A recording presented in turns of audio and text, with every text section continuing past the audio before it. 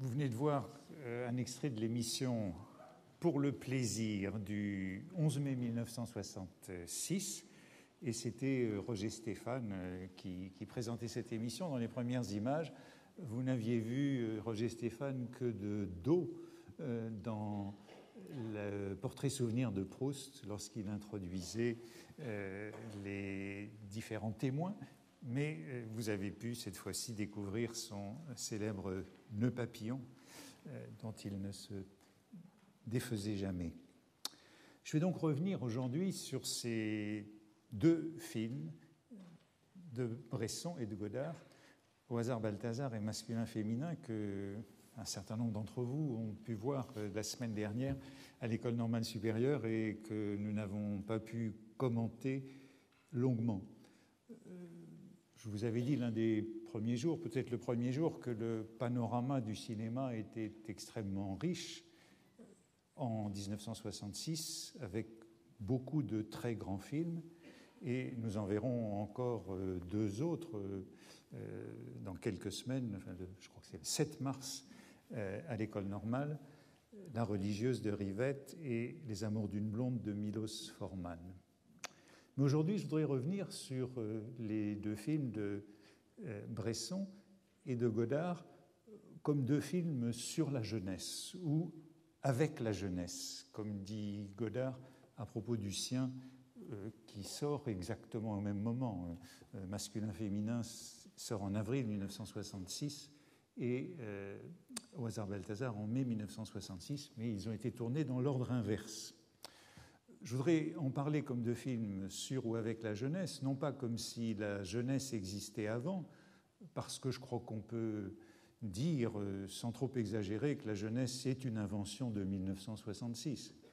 C'est une invention de ces films. Bon, si on veut être un peu plus tolérant, on dira que c'est une invention des années 60. Mais enfin, c'est cette culture jeune que l'on voit dans ces films qui constitue les jeunes. Et donc, je prends le droit de les traiter comme deux enquêtes sur la jeunesse, sur la campagne, la jeunesse de la campagne et la jeunesse de la ville. Et ce que ces deux jeunesses ont en commun, c'est en effet une culture, celle de la chanson, celle de la danse, celle du transistor, celle de la sexualité. Et dans ces deux films aussi, on a ce retour au noir et blanc, à l'âge de la couleur. Ce sont deux films noirs, durs, sociologiques et métaphysiques, enquêteurs et inquisiteurs, comme l'a dit Godard à propos du film de Bresson, et il sait bien de quoi il parle. Lorsque Godard présente Masculin-Féminin, il dit dans Le Monde, le jour de la sortie, « Pour parler à la manière des sociologues, j'ai essayé d'étudier la jeunesse du point de vue des structures », entre parenthèses, allusion à ce structuralisme à la mode de cette année-là. Eh bien, regardons ces deux films du point de vue de leur structure. Au hasard Balthazar, eh bien, c'est un film qui se situe en plein milieu de la carrière de Bresson. Son premier film date de 1943, le dernier de 1983. Et c'est probablement son chef-d'œuvre, en tout cas le film le plus complexe et peut-être le plus personnel. Vous avez entendu Louis Malle dire de lui qu'en même temps, il était en avance sur son temps et qu'il était en dehors du temps.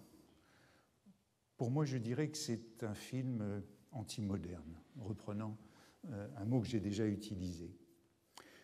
Bresson dit, dans un très long entretien avec Godard, justement, publié dans les Cahiers du cinéma en 1966, au printemps de 1966, et c'est un long entretien très beau dont je vais m'inspirer à plusieurs reprises aujourd'hui. Bresson dit « Le point de départ a été une vision foudroyante d'un film dont l'âne serait le personnage central. Il s'agit donc des tribulations d'un âne dans la France, dans les Landes des années 1960, et c'est le prétexte d'une peinture des vices humains, du mal, comme le disait Godard. Il y a quelque chose d'archaïque dans ce film et en même temps quelque chose de moderne dans son minimalisme, dans sa sévérité. Mais dans ce côté anti-moderne, je crois qu'on peut d'abord retenir cet instituteur qui retourne à la terre. C'est une aberration. Au moment de l'exode rural, j'ai évoqué à plusieurs reprises, je crois déjà, ce livre célèbre, La fin des paysans. Les instituteurs ont été à l'avant-garde de la fin des paysans. Ils ont été les vecteurs de la promotion sociale.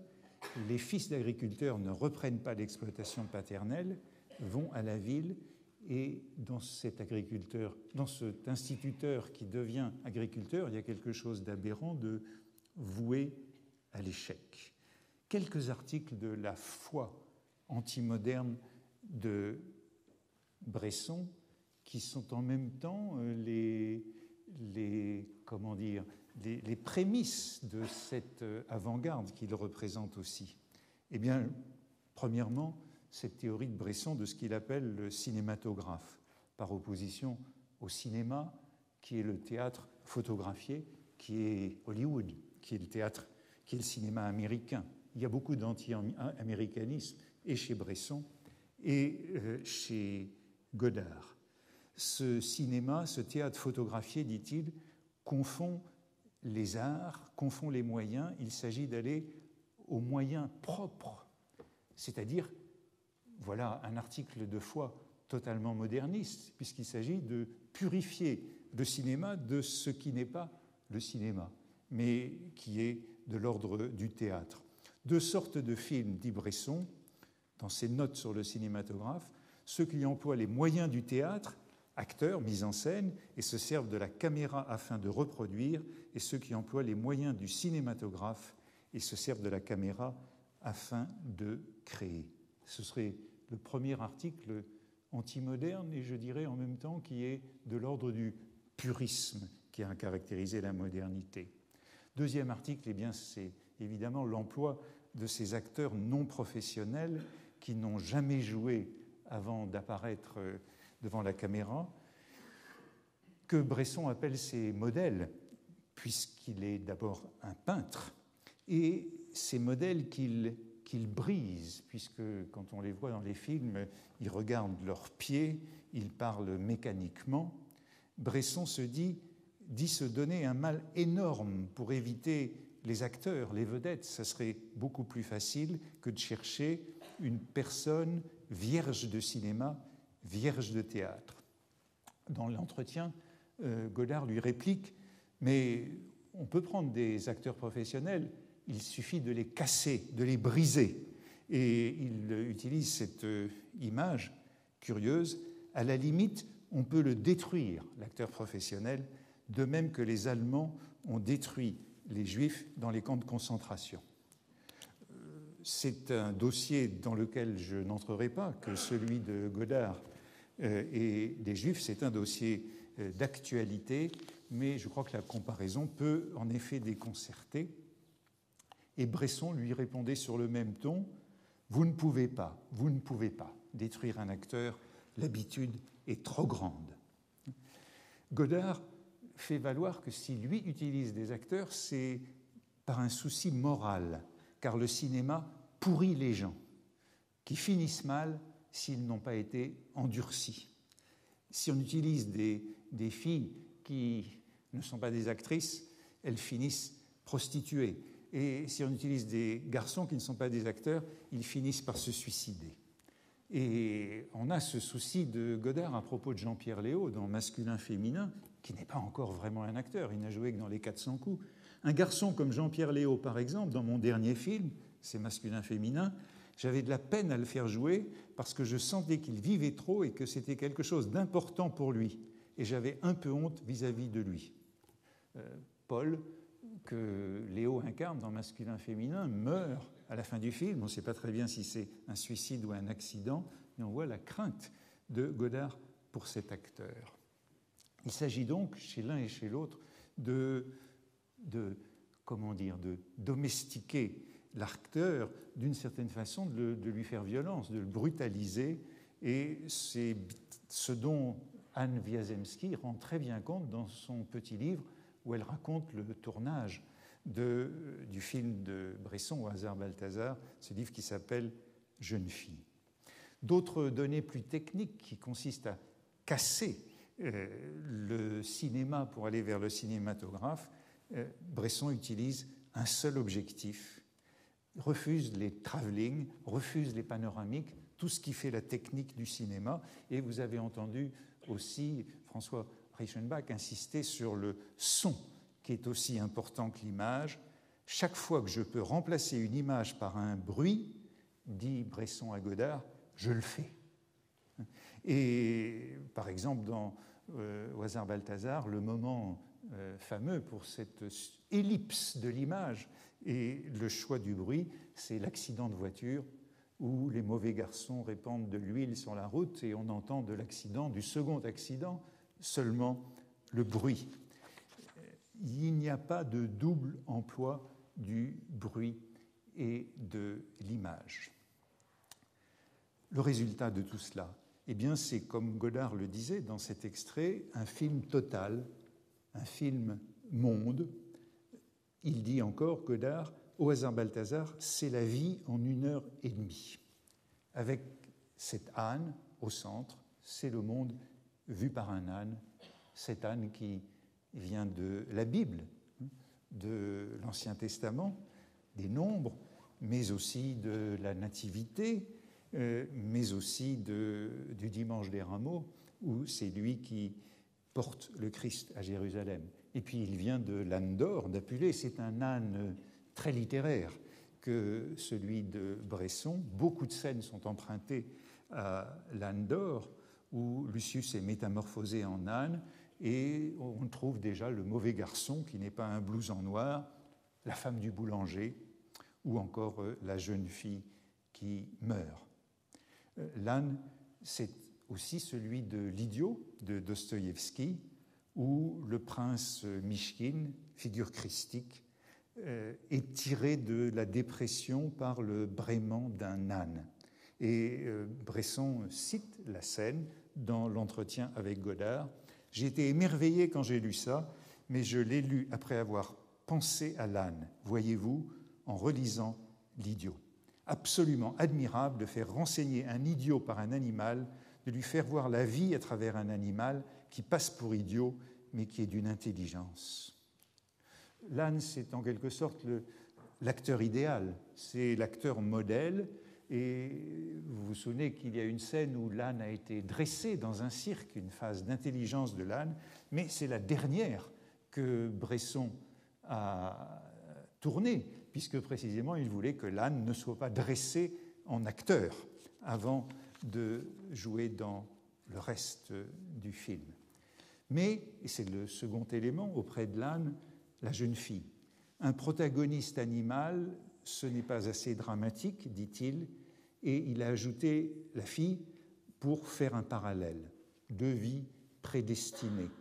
Et un récit où les deux parcourent la vie l'un auprès de l'autre, comme une suite de sketchs, mais avec l'unité du péché, l'unité du mal sur la longue durée d'une vie. Et Bresson insiste beaucoup sur la difficulté de composition de ce film parce qu'il est épisodique et il a une unité profonde. Au fond, c'est un film allégorique. Voilà ce qui est encore totalement anti-moderne en 1966, de faire un film qui traverse tous ces épisodes renvoyant à une allégorie.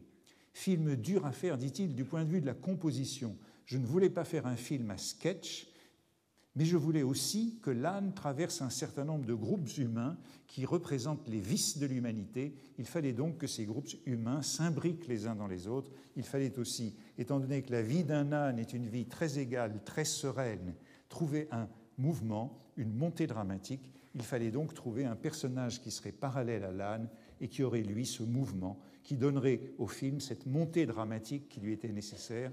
C'est à ce moment que j'ai pensé à une fille, à la fille perdue, ou plutôt à la fille qui se perd.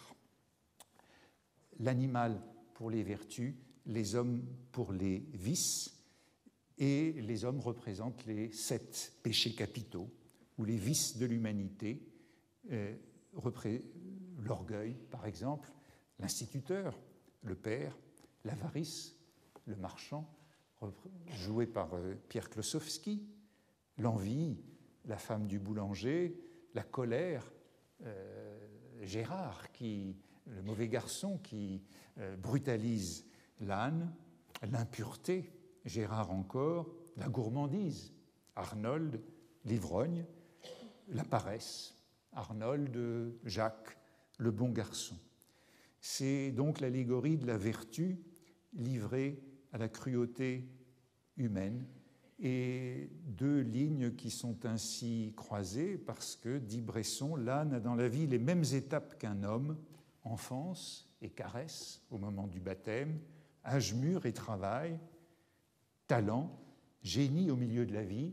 C'est l'épisode du cirque, de l'âne dressé, période mystique avant la mort, passage très étrange où l'âne est traité de saint par la femme de l'instituteur, la mère de Marie, le trajet de cet âne qui traverse différents groupes humains représentant les vices de l'humanité dont il souffre et dont il meurt. Au fond, le film est composé comme un tableau, plus que comme un récit, comme un tableau allégorique. Il y a une unité de vision qui contrecarre la dispersion anecdotique des sketchs. Mais dans ce refus du récit et la volonté de composer un tableau, il y a de nombreux fils qui pendent, des éléments qui restent énigmatiques. On ne saura jamais si Marie, qu'arrive-t-il à Marie à la fin du film? Elle est partie pour toujours. Est-elle morte? Nous n'en savons rien. Le meurtre qui a lieu vers le milieu du film, dont Arnold est accusé, nous n'en saurons rien non plus. Après l'âne, après Marie et ce parallèle, je voudrais dire un mot de la dimension sociologique que je vois dans ce film et de la chute des valeurs. Il y a une scène qui est contemporaine, et c'est la plus grande scène du film, c'est la plus compliquée, c'est la scène du bar, de la surboom dans le bar pour fêter l'héritage d'Arnold. C'est la scène qui est la plus compliquée, disais-je, puisqu'elle comprend 63 plans, et elle est donc très différente des autres, et aussi par le bruit, par la musique, par la danse. En France, dans les années 60, c'est à travers la chanson et la musique de danse que s'est cristallisée cette nouvelle classe d'âge adolescente en voie de formation. Je cite Edgar Morin, à qui je reviendrai dans un moment, dans un article de 1965 sur l'industrie de la chanson. On a une scène qui appartient au temps présent, avec les mauvais garçons, les blousons noirs, un phénomène de société, mais qui est traité par Bresson comme une fable intemporelle, la présence du mal éternel. Et Godard l'interroge sur ses côtés sociologiques dans l'entretien à propos de cette scène. Bresson répond « Quand vous parlez de l'actualité, disons de la contemporanéité, moi je n'y pense pas du tout. J'aime bien être en dehors de l'époque. » Et pourtant, dans une scène comme celle-là, impossible de ne pas voir l'époque, d'expliquer ce qui se passe par l'époque, alors que pour Bresson, c'est l'incarnation du mal. 2 lectures sont ici possibles, sociologiques ou métaphysiques. Et Bresson choisit la lecture manifestement métaphysique, comme le montre la conclusion du film, qui est la mort de l'âne, cette mort qui est terrible, puisqu'à la différence de toute l'allégorie, de tout le courant allégorique auquel Bresson emprunte, c'est une mort absolument sans rédemption. Je vous la rappelle, ces dernières images où l'on voit l'âne dans un paysage sublime de montagne, censé être dans les Pyrénées, mais qui se trouve être dans les Alpes en raison du mauvais temps qu'il y avait dans les Pyrénées durant août 1965. On a la vue de ce paysage sublime, comment dire, on est au bord de la rédemption finale du film, une très belle scène aussi qui suit, où l'âne est entouré par les moutons, animaux dont aussi le symbolisme semble nous encourager à voir une rédemption dans cette fin du film, mais les moutons abandonnent l'âne au moment de sa mort et le film se termine sur cette image terrible de l'âne réduit à une charogne, à sa nature animale après avoir été traité de saint. C'est ça, l'image de l'existence qui nous reste. Vous avez entendu Godard le traiter à la fois d'inquisiteur et d'humaniste. Et puis, dans l'entretien, pour résumer ces deux aspects, inquisiteur et humaniste, il choisira le mot janséniste. Vous l'avez entendu se référer également à Pascal. Il y a un accord profond, dit-il, entre votre vision et la vision janséniste du monde sur le mal. Je terminerai à propos de ce long entretien remarquable que j'ai beaucoup cité du printemps 1966 entre ces deux cinéastes que je qualifie d'antimodernes, qui ont un sens qui ont une conscience aiguë je crois que c'est ça être antimoderne, de la destruction créatrice, de l'élément de destruction qu'il y a dans la création.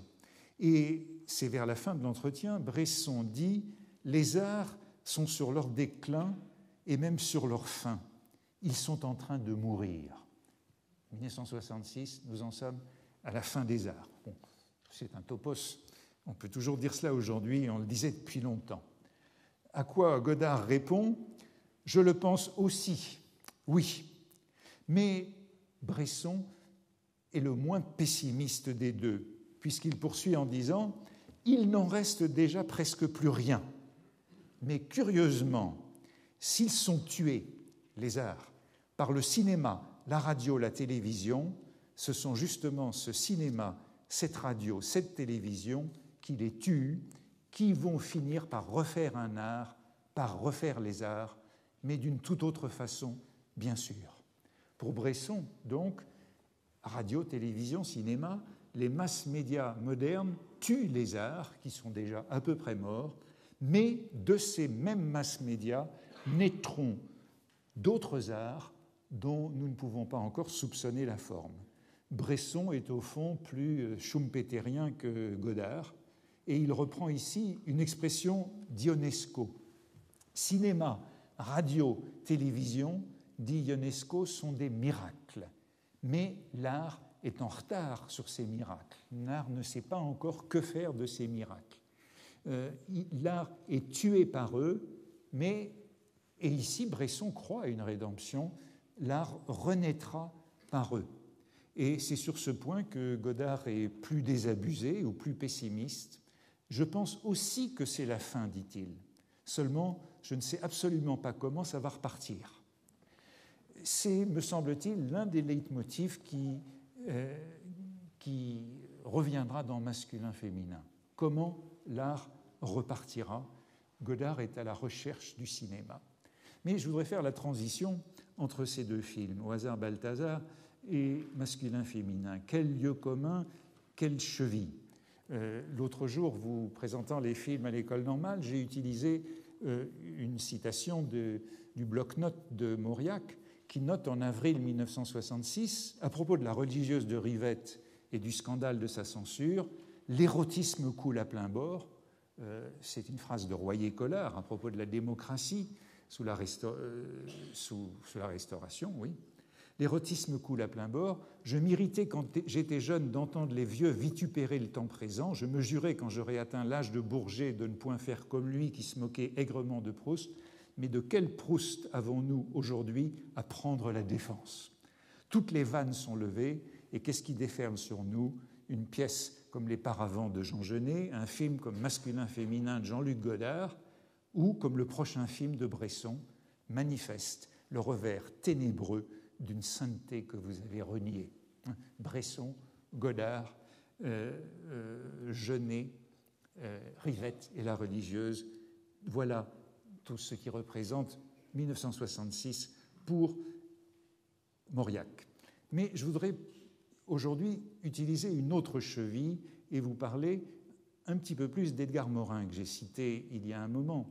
Je ne sais pas pourquoi je cherche à me justifier de cette liaison entre au hasard Balthazar et masculin-féminin, tant elle me paraît évidente. Mais enfin, c'est Edgar Morin qui me servira ici à faire ce lien. On l'a rencontré à plusieurs reprises. Je ne me rendais pas compte au début combien il était si crucial dans cette année 1966. J'ai parlé de lui à propos de ses articles sur Salut les copains, une nouvelle classe d'âge et le yéyé, puisqu'il est l'inventeur de ce mot, et j'ai reparlé de lui déjà à propos de Planète. Planète et Antiplanète, article du Monde de 1965. Nul n'était plus que lui attentif aux phénomènes de l'actualité, de la modernisation, de la jeunesse, des adolescents et des mass médias. Un auditeur m'a d'ailleurs réclamé de parler davantage de lui, eh bien je le fais aujourd'hui. Comment Edgar Morin a-t-il passé notre année 1965-1966 ? Loin de Paris, j'ai envie de dire entre Bresson et Godard. Il faisait une enquête sociologique sur le terrain, c'est une enquête fameuse, à Plozévé, dans le sud Finistère, et puis il est revenu à sa table de travail et a rédigé une série d'articles qui ont fait un certain bruit sur la modernisation d'une commune française à l'automne 66, et un autre article qui a fait presque scandale, Adolescents en transition, classe adolescente et classe sociale, aspiration au divertissement et aspiration à la vie bourgeoise dans une commune du Sud Finistère. Puis il a poursuivi avec ces deux articles et a fait un livre qui a suscité beaucoup de polémiques, mais qui est un livre important qui a eu beaucoup d'influence, publié en 1967, Commune en France, la métamorphose de Plodémé. Plodémé, pseudo-transparent de Plozévé, où il se trouvait. Plus tard, ce livre a été réédité. Plus tard, il a encore publié le journal en 2001 de Plozévé, c'est-à-dire ses carnets d'enquête. Et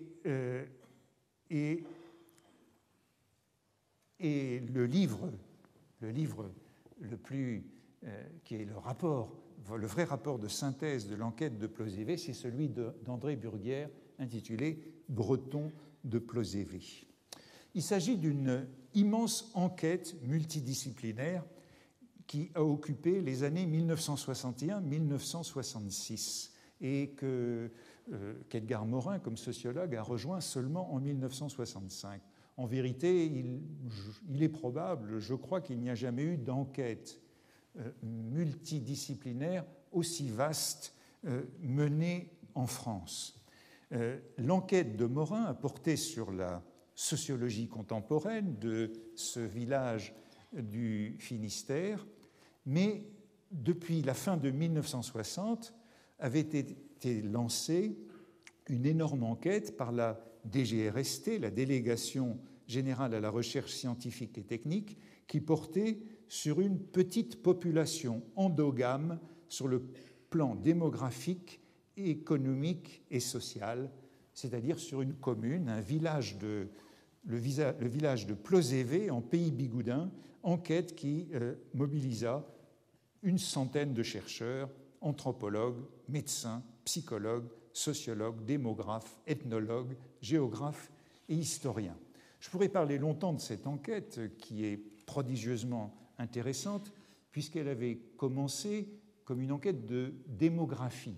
Elle avait été lancée par le directeur du Musée de l'Homme, qui était aussi un membre de l'INED, de l'Institut national d'études démographiques, Robert Guessin, qui avait choisi ce village pour étudier les pratiques de vie, l'économie de la société, sur des bases génétiques. Ce qui l'intéressait, c'était l'endogamie de ce village. Je le cite, « L'étude d'un isolat français, petite population endogame, avait été retenu sur ma proposition comme thème d'une action concertée, etc. Et la commune avait été aussi choisie en raison de ses archives qui étaient complètes et bien tenues, puisque la mairie du village avait été pendant près d'un siècle dans la même famille, 3 générations de maires qui étaient aussi les notaires et donc de bons archivistes. Au départ, donc, une enquête démographique liée au taux d'intermariage dans cette communauté, mais les enquêteurs avaient vite découvert que cette communauté était le lieu d'une brutale mutation moderne en cours et qu'il fallait appeler des sociologues contemporains. On était en somme passé du biologisme. L'INED est un héritage de la fondation Alexis Carrel qui avait été créée sous l'occupation, et on conserve un certain nombre des traits des enquêtes que lançait Alexis Carrel à ce moment-là. On est donc passé du biologisme à la sociologie de la modernité, et le livre de Burguière rend bien compte de ce passage d'une étude démographique et biologiste à une étude de la sociologie de la mutation moderne. Morin a donc été sollicité tardivement pour y participer, et il a mené son étude sur l'irruption de la modernité dans cette société traditionnelle. Le modèle est celui d'un sociologue américain, Walt Rostow, qui s'appelle le take-off. On étudie cette société au moment de son décollement. Les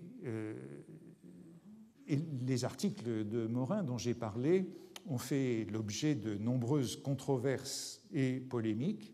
Un, parce qu'il en a tiré un livre qui a été publié avant la synthèse de Burguière et avant les travaux de l'équipe du CNRS et de la DGRST. Il a donc, par sa notoriété, éclipsé les autres travaux. Certains l'ont accusé d'avoir exploité leur travail et ont même parlé à ce propos de plagiat. Et puis les villageois eux-mêmes ont protesté contre une enquête qui n'avait pas préservé leur anonymat. Il faut dire que l'article que j'évoquais tout à l'heure sur les teenagers de Plozévé en 1965-1966, que Morin décrivait en rupture générationnelle et culturelle contre la tutelle des parents et des adultes, apparu donc dans la Revue française de sociologie, mais aussitôt après dans un hebdomadaire parisien intitulé Le Nouveau Candide, sous le titre « Les yéyés du Finistère », avec des photographies qui donnaient une tonalité tout autre que scientifique à cette étude. Et cela a bien entendu suscité des protestations de journalistes du Télégramme de Brest et d'habitants qui ont écrit à Edgar Morin « Comment avez-vous pu écrire de telles ordures sur la jeunesse de chez nous ? Je comprends très mal que vous ayez abusé de la candeur des jeunes et des moins jeunes pour violer leur esprit. En avilissant la jeunesse de chez nous, vous vous avilissez à nos yeux. » Ou encore, il s'agit d'une analyse de la société bretonne totalement fausse. Les critères étaient bons pour étudier les minés qui hantent le boulevard Saint-Michel. Les loisirs auxquels vous faites référence sont bons pour les touristes. Finalement, votre enquête sociologique est applicable à tous les jeunes du pays, à condition de n'en considérer que 5% et de mentir un peu. La sortie du livre à l'automne de 1967 a relancé cette controverse sur la manière dont Morin traitait les jeunes de Plozévé. On lui reproche notamment d'avoir cherché à monter la jeunesse contre les parents et les adultes. En effet, la technique de Morin, la technique sociologique de Morin, c'était ce qu'on appelle l'intervention sociologique, traduction de la action research en anglais, c'est-à-dire de provoquer une situation. Et à Plozévé, Morin avait réuni les jeunes qui avaient formé un comité de jeunes, non pas sous sa direction nominale, mais, disent les locaux, sous sa direction effective.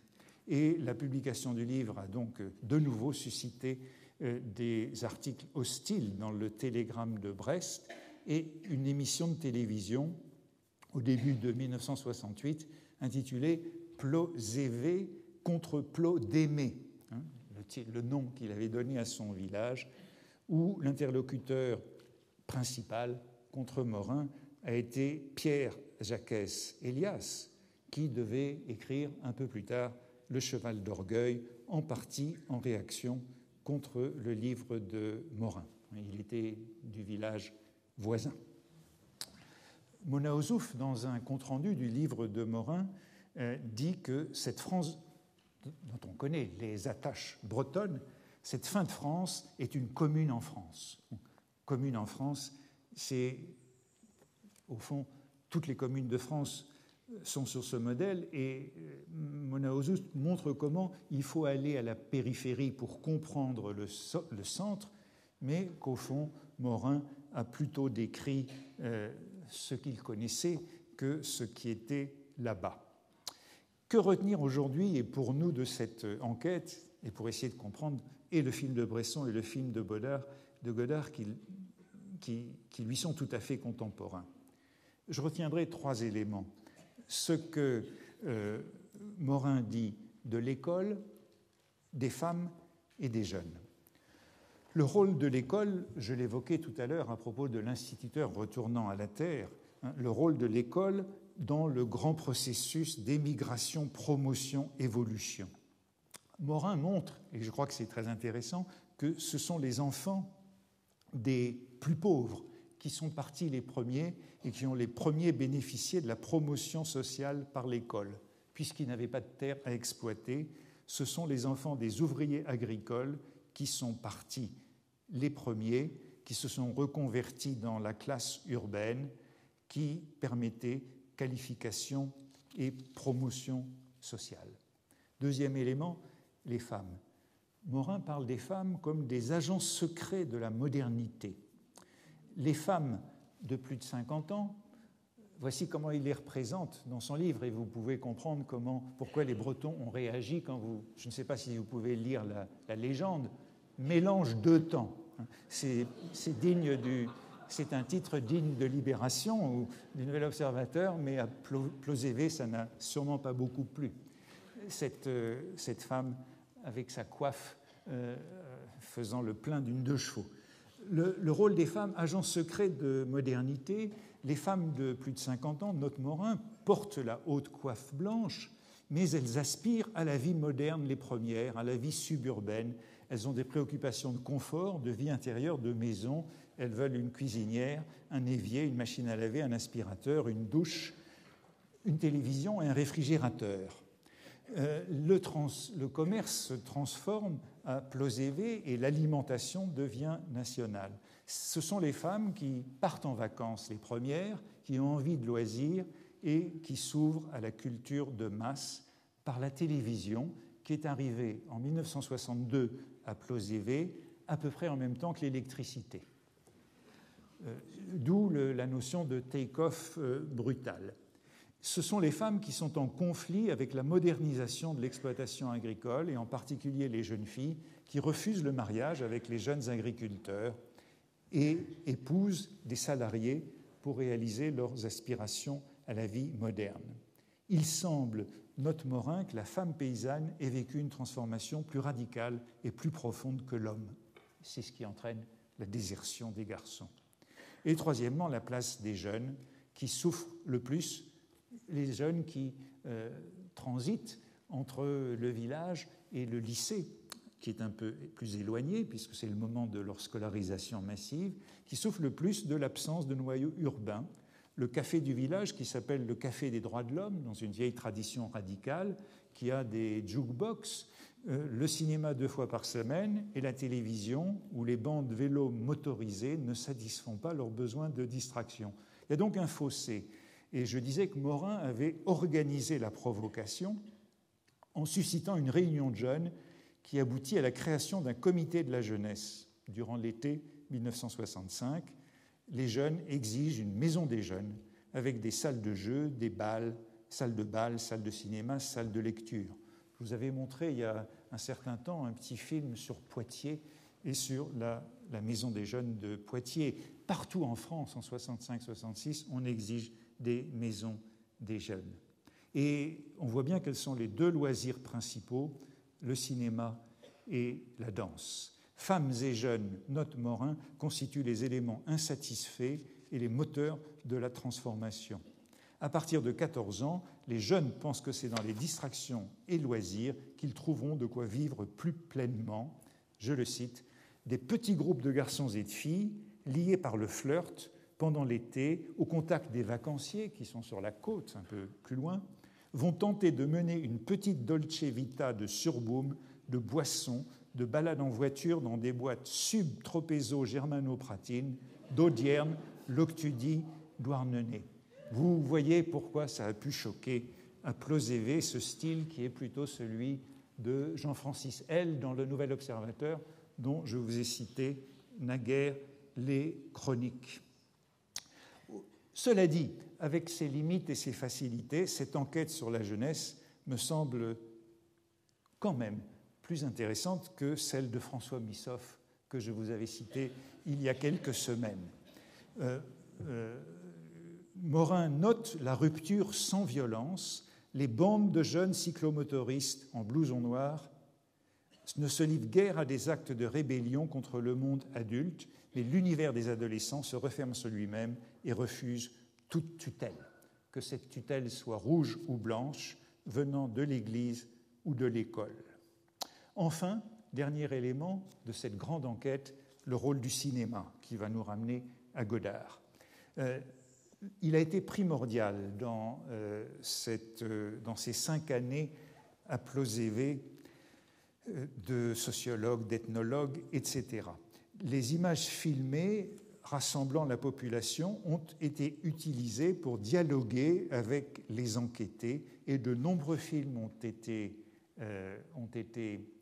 tournés dans ce village, instruit par Roger Morière, qui était un collaborateur de Jean Rouch. Donc, tout ça vient de ces techniques d'ethnographie de Jean Rouch en Afrique. J'en viens donc à masculin-féminin, mais nous sommes déjà dans masculin-féminin. Vous avez compris que je vais le présenter comme un film ethnographique ou sociologique sur une petite bande de jeunes à Paris. Godard y mène une enquête sur la génération de ces acteurs. Mon film, dit-il, pourrait s'appeler « À la recherche des enfants des années 60 ». Il leur pose des questions en direct, ils improvisent leurs réponses devant lui. La mode est à l'entretien. Là aussi, il faudrait en parler longuement. On a vu l'importance de l'entretien dans le milieu des années 60 dans Les Choses, le roman de Pérec. On le trouvera aussi dans l'article de Morin, Voici Morin en 65-66, à la télévision, dans un article d'Edgar Morin dans le numéro Radio-Télévision de la revue Communication, numéro 7, en 1966. Il publie un bel article intitulé « De l'interview » et il analyse comment on est passé de l'interview scientifique à l'interview de presse et de cinéma. L'interview, dit-il, est partout. Il part de la psychologie sociale pour arriver au dialogue dans le cinéma vérité ou à la plongée dans l'âme à travers le cinéma vérité. L'interview, dit-il, constitue finalement l'âme du cinéma vérité.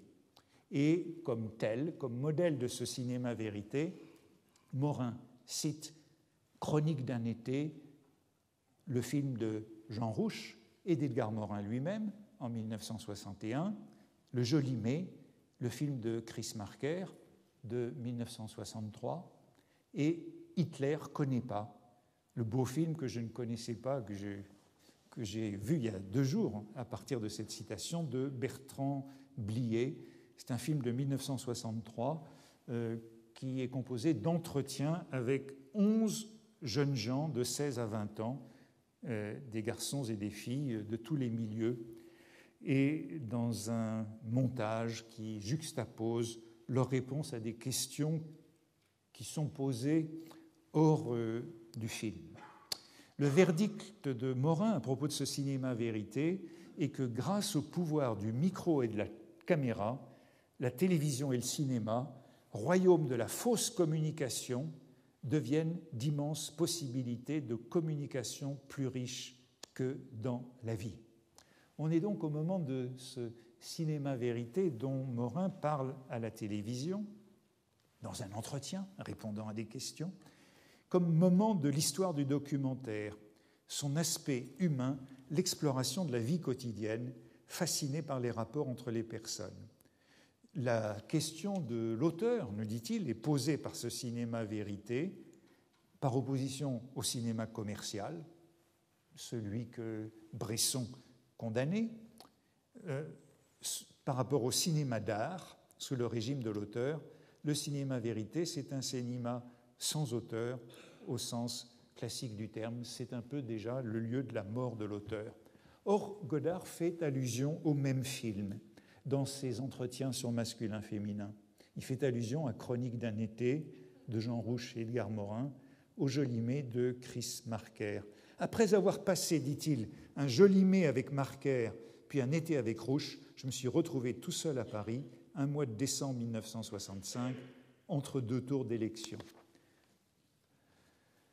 1965-1966, c'est une grande année Godard, mais c'est une année tournant pour Godard, entre Pierrot le Fou, d'un côté, sorti en novembre, Made in USA et 2 ou 3 choses que je sais d'elle qui seront tournées en juillet et en août. Masculin-féminin entre les deux, tourné en novembre-décembre 65, sorti en avril 1966. C'est un film qui revient en noir et blanc, très dur, après le Sud solaire de Pierrot le Fou. C'est un film sur Paris, le Paris de la Nouvelle Vague, qui n'a pas encore été ravalé. C'est d'abord un grand documentaire sur Paris, en décembre 1965. Je crois que c'est déjà une raison de retourner le voir. Les cafés, les boulevards, les grands magasins, tout le quartier de la place de la République, les bureaux, le métro aérien du 15e arrondissement. Les bouts d'essai qui avaient été faits avant le film se retrouvent dans le film, montrant Léo déambulant sur les boulevards de Paris. Voilà l'exemple d'un film sans auteur, puisque Godard reprend dans le film les rushs de l'essai de la pellicule. Le tournage commence le 22 novembre 1965, en pleine campagne électorale. C'est aussi le jour de l'attribution du prix Renaudot aux choses de Pérec, qui sera immédiatement intégré dans le film et qui est l'objet de plusieurs collages. Le scénario est très librement inspiré de 2 nouvelles de Maupassant qui s'emboîtent, qui s'imbriquent. D'une part, Le Cygne, sur la prostitution occasionnelle d'une femme à sa fenêtre. Ce sera négligé dans le film, ça se retrouvera dans 2 ou 3 choses que je sais d'elle. Et d'autre part, La femme de Paul, qui porte sur l'homosexualité féminine. C'est un homme qui est amoureux d'une femme qui aime les femmes, et c'est ce malentendu qui le mène au suicide. Le producteur du film, c'est la première fois que c'est Anatole Dauman pour Godard, qui lui a commandé un film érotique avec un contrat qui traîne depuis plusieurs années. Et c'est ça qui explique l'inflexion de Maupassant vers Sade, qui a lieu sous l'influence de Dauman, qui a offert à Godard un exemplaire de La philosophie dans le boudoir, afin de l'inciter dit-il, afin de l'exciter un peu dans ses souvenirs, et parce que j'étais attentif à un certain cinéma suédois qui obtenait un énorme succès aux États-Unis, Bergman. Distribution très amateur, comme dans le film de Bresson. Jean-Pierre Léaud, c'est le seul acteur, mais il a peu joué. Et puis Chantal Goya, Marlène Jobert, mais Marlène Jobert est une débutante. Et puis on voit passer Brigitte Bardot, Antoine Bourseillet, Françoise Hardy, etc. C'est un film sur l'actualité, sur la jeunesse, sur les mœurs de la nouvelle génération. Suivant la bande-annonce, il, je cite, décrit plusieurs faits précis à propos de la jeunesse et du sexe de la France d'aujourd'hui. Panneau suivant, il est bien sûr interdit aux moins de 18 ans, parce qu'il parle d'eux. Selon le générique, c'est l'un des 121 films, allusion au manifeste des 121, parlant français dont on ne fait que 3 ou 4. Et bien sûr, il y a ce carton très célèbre, il parle des enfants de Marx et de Coca-Cola, c'est-à-dire du conflit du socialisme et de l'américanisation de la vie. La sortie a lieu donc en mars 1966, fin mars. Si le film a été interdit, c'est parce qu'il parle très largement de la contraception. C'est un thème central. On pourrait dire que c'est presque le sujet rendu public par la campagne électorale. Toutes les méthodes de contraception sont évoquées au cours du film et il est aussi question à la toute fin de l'avortement, qui est bien sûr illégal en France. Plus des petites censures. Lorsque Léo écrit De Gaulle égale Ubu sur un mur, on ne lui a laissé montrer que le U dans le film. Léo, c'est l'assistant de Godard dans Pierrot le Fou, et il est donc amoureux de Madeleine, rencontrée dans le milieu d'Âge tendre, le magazine pour adolescentes de Daniel Philippaki, qui a aussi Salut les copains, et qui a aussi les cahiers du cinéma. Madeleine, c'est une chanteuse yéyé débutante au moment de son premier 45 tours. Elle a l'âge des copines et du shopping. Elle est jouée par Chantal Goya, que Godard a repérée dans Mademoiselle Âge tendre, dont elle faisait la couverture. Elle est au hit parade avec ses premières chansons, Une écharpe, une rose, Il court les filles. C'est où, au moment du film, son tube qui s'appelle Si tu gagnes au flipper, qui sera chanté dans le film et qui est l'un des succès du scopitone. Vous vous souvenez peut-être de ce scopitone qui était une grande invention française des années 60, qui n'a pas eu un fort destin, mais qu'on trouvait avec les jukebox dans tous les cafés, probablement au Café des droits de l'homme à Plauzévé. Si tu gagnes au flipper, tu as perdu mon cœur, car je sais que tu es sorti avec ma meilleure amie. Godard observe ce phénomène contemporain de l'industrie culturelle de la chanson et de la danse. On danse dans les deux films, au hasard Balthazar et masculin-féminin, la confection d'un tube, le hit parade. Voici le second modèle du scopitone, et voici le scopitone avec ses héroïnes, France Gall et bien sûr Gainsbourg en bas. Le hit parade, comme le rappelle Morin dans un article de Communication numéro 5 en 1965, c'est un article sur l'industrie de la chanson. Morin rappelle que la source du rock était violente, rebelle, mais que dans la culture française des années 60, il y a eu ce qu'il appelle un déminage sociologique tout à fait conscient qui a transformé les voyous en yéyés.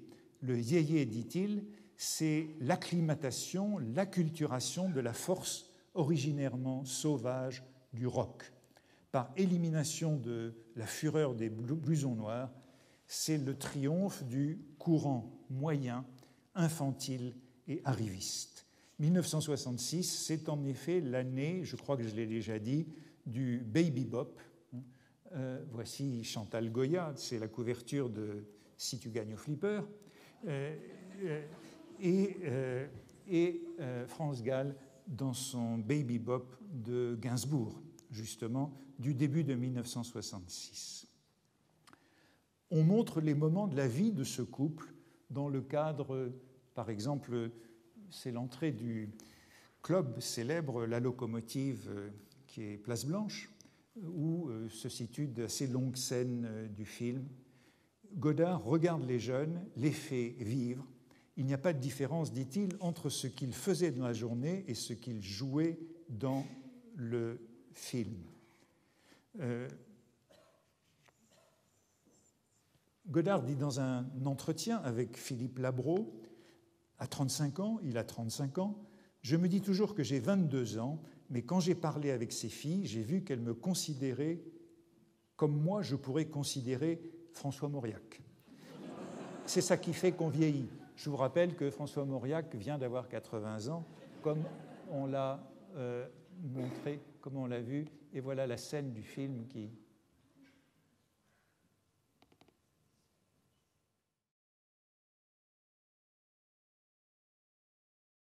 Je ne sais pas si vous avez bien entendu le dialogue, mais porte sur Mauriac. Godard parodie donc la sociologie contemporaine à la manière, dit-il, d'un chercheur qui étudie des cellules, tente d'en isoler une et la regarde vivre. J'ai observé et je montre une jeune cellule où le garçon est une sorte de Werther au milieu des Rolling Stones. Le clou du film, c'est l'interview de Mademoiselle, 19 ans, élue par Mademoiselle H. Tendre, sous le carton, dialogue avec un produit de consommation. Et je vais vous montrer tout de suite ce passage, parce que je vois que je prends.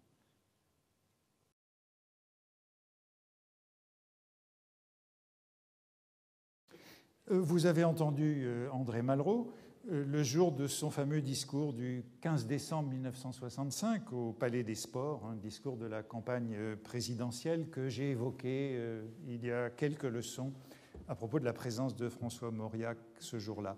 Scène intéressante qui nous montre la conjonction de Sade et qui nous rappelle que Français encore un effort a été publié par Pauvert en octobre 1965 avec une préface de Maurice Blanchot, qui se terminait par un mot d'ordre électoral.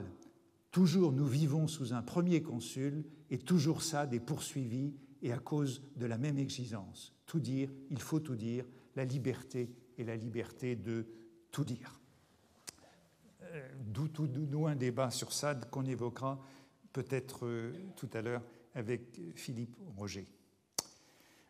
Je voudrais terminer rapidement, puisqu'il ne me reste plus beaucoup de temps, à propos du destin tragique de Paul, qui est donc aussi le débat sur Sade qu'on évoquera peut-être tout à l'heure. Je voudrais terminer donc sur le destin tragique de Paul, qui meurt à la fin du film.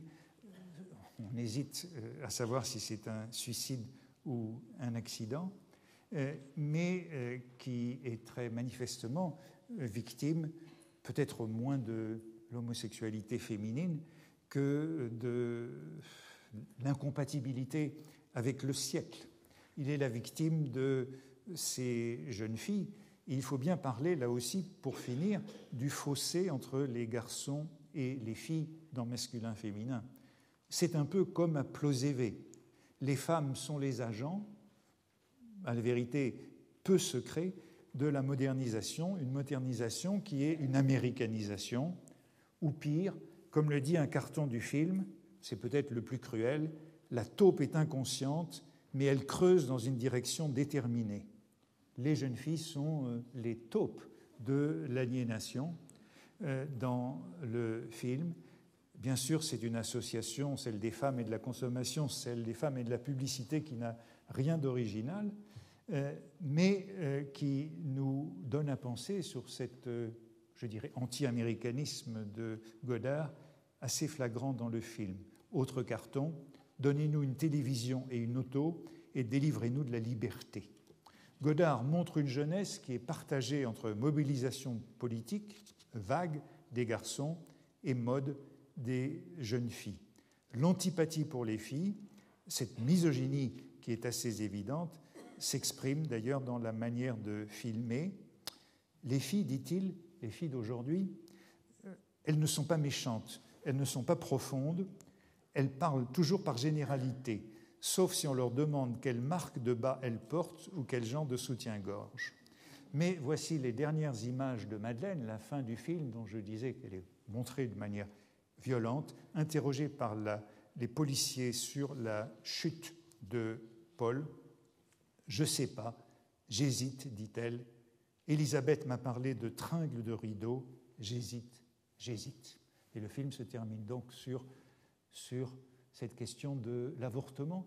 C'est pourquoi je vous montrais cette dernière page du Nouvel Observateur, hein, où on a à gauche Blanchot défendant Sade, et à droite, c'est une page que je vous ai déjà montrée, le compte-rendu par Jean-Louis Bory de la biographie de Painter de Proust, mais cette fois je fais attention à la publicité qui se trouve sur la droite, le livre de Catherine Balabrègue, 800 000 avortements à éviter chaque année, contrôle des naissances et planning familial. D'où la réaction des critiques à ce film. Titre de l'Express, « Vos filles ressemblent-elles à ces horribles petites Françaises ?» Je terminerai en revenant à Bresson. Dans l'entretien qui suit la sortie de Masculin-Féminin dans Le Monde, Godard dit ceci. « On a du cinéma une idée qui correspond au cinéma capitaliste hollywoodien, c'est-à-dire à un spectacle avec un début, un milieu, une fin, à ce que Robert Bresson appelle du théâtre. Je ne fais pas plus de différence entre le cinéma et la télévision que je n'en fais entre une photo et un bellinogramme. » Vous ne vous souvenez peut-être pas ce qu'est un bellinogramme. C'est un peu comme le scopitone, c'était une invention française, c'est l'ancêtre du fax pour la transmission des images. Les 3/4 de mes films ont été réalisés dans l'esprit télé, dit-il. L'esprit télé.